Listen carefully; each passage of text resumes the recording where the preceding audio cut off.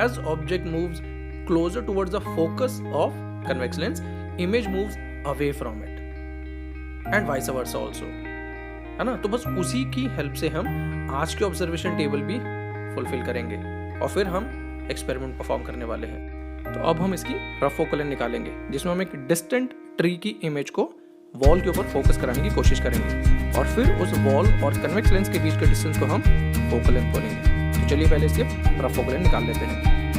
तो अब मैं एक डिस्टेंट ट्री की इमेज को इस वॉल पे फोकस कराने की कोशिश कर रहा हूँ। देखिए वॉल को ध्यान से देखते रहिएगा। तो देखो यहाँ पे पहले देखो फेड इमेज बन रही है, फिर थोड़ा सा इसे शिफ्ट कर दें तो आपको इमेज थोड़ी सी शार्प होना शुरू हो गया है। तो जहाँ पर भी शार्प इमेज बनेगी वही distance between wall and lens focal length कहलाएगा। और देखिए रफली डिस्टेंस आ रहा है अराउंड 20 सेंटीमीटर। तो हमारी रफ फोकल लेंथ आ गई इस कॉन्वेक्स लेंस की 20 centimetre. So our first part of the observation table is done, that our rough focal length is 20 centimetre. अब आगे का पार्ट शुरू करते हैं। तो ये है हमारी ऑब्जर्वेशन टेबल। ध्यान से देखो बच्चों, इसमें हमें ऑब्जेक्ट की पोजीशन चाहिए, फिर लेंस की पोजीशन चाहिए, इमेज की पोजीशन चाहिए और फिर हमें ऑब्जेक्ट डिस्टेंस और इमेज डिस्टेंस चाहिए। मैंने इसके लिए लेंस की पोजीशन को फिक्स कर दिया है विच इज 80 सेंटीमीटर। लेकिन जो ऑब्जेक्ट निडल की पोजीशन है उसको ध्यान से देखो बेटा, और इसी पैटर्न में ही आपको रखनी है। सबसे पहले मैं ऑब्जेक्ट डिस्टेंस को 2f पे रखूंगा, फिर 2 सेंटीमीटर कम करता जाऊंगा, 2 सेंटीमीटर बढ़ाता जाऊंगा, फिर हो जाएगा 2f-2, फिर 2f-4, 2f-6 and similarly 2f+2, 2f+4 and 2f+6। In object की पोजीशन पे मैंने इमेज की पोजीशंस निकालनी है और फिर हमें u और v को कैलकुलेट करना है। This is our optical bench. I know आप इसे 12th स्टैंडर्ड में पहली बार देख रहे हैं, पर आगे भी हमारे 2-3 एक्सपेरिमेंट हैं जो ऑप्टिकल बेंच पे ही परफॉर्म होंगे। तो ये हमारी ऑप्टिकल बेंच की लेंथ 150 सेंटीमीटर है, जिसमें जो ये आप पहली निडल देख रहे हैं इसे हम ऑब्जेक्ट की तरह ट्रीट करेंगे। फिर जो आप ये लेंस देख रहे हैं ये कन्वेक्स लेंस है और ये जो दूसरी निडल है इसे हम इमेज की तरह यूज करेंगे।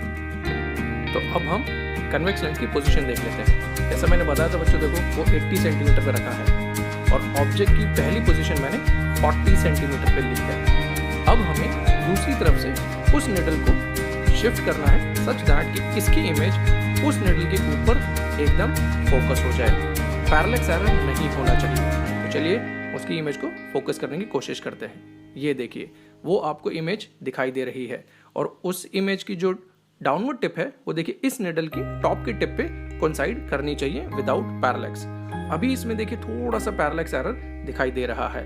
चलिए अब उसको रिमूव करने की कोशिश करते हैं। इसके लिए आप निडल को आगे भी और पीछे शिफ्ट कर सकते हैं, लेफ्ट शिफ्ट कर सकते हैं और राइट भी शिफ्ट कर सकते हैं। तो देखिए अब आप देख पा रहे हैं कि जो इमेज और निडल है वो एक दूसरे के साथ कोइंसाइड कर रहे हैं। हमें यही रीडिंग चाहिए क्योंकि इस ऑब्जर्वेशन में आपका पैरेलक्स एरर नहीं है, क्योंकि आप देख सकते हैं कि ऑब्जेक्ट और इमेज की निडल हमेशा कोइंसाइड कर रही है, चाहे आप अपनी एक आंख को लेफ्ट या राइट में शिफ्ट कर रहे थे।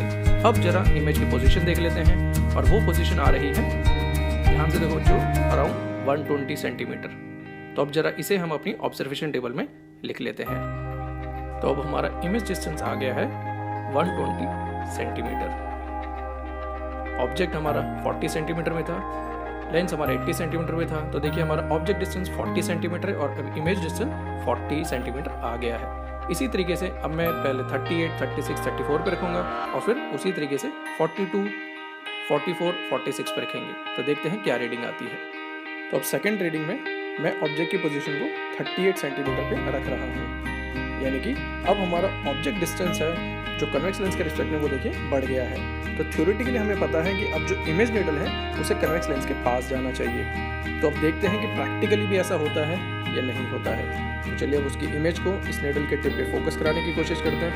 ये देखिए आपकी जो इमेज है वो इसके टिप के साथ कोइंसाइड कर रही है। बस ध्यान ये रखना कि पैरेलक्स एरर नहीं होना चाहिए इस बार भी। उसके लिए आप अपनी आई को लेफ्ट या राइट थोड़ा सा शिफ्ट कराइए और देखिए कि ये दोनों एक साथ मूव करनी चाहिए। तो अभी मैं वो ऐसा करके ये देखिए इस टाइम अब आपकी कोई पैरेलक्स एरर नहीं है। तो ये रीडिंग हो गई आपकी फाइनल। देख लेते हैं कि ऑप्टिकल बेंच में इसकी रीडिंग क्या आ रही है। ये रीडिंग आ रही है आपकी अप्रॉक्सीमेटली 117.5।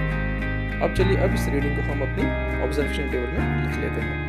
तो हमारी ऑब्जर्वेशन टेबल में सेकंड रीडिंग आ रही है, इमेज की पोजीशन 117.5।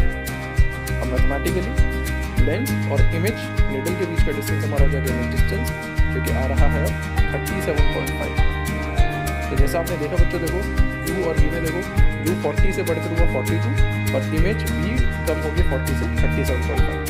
तो जैसे मैंने पहले कहा था, जैसे जैसे ऑब्जेक्ट बढ़ेगा इमेज डिस्टेंस कम होगा। बाय यूजिंग सेम प्रोसीजर अब हमारी ऑब्जर्वेशन टेबल देखिए तैयार हो गई है। तो मैंने different position of object needle के लिए हमारी इमेज की पोजीशन निकल गई है।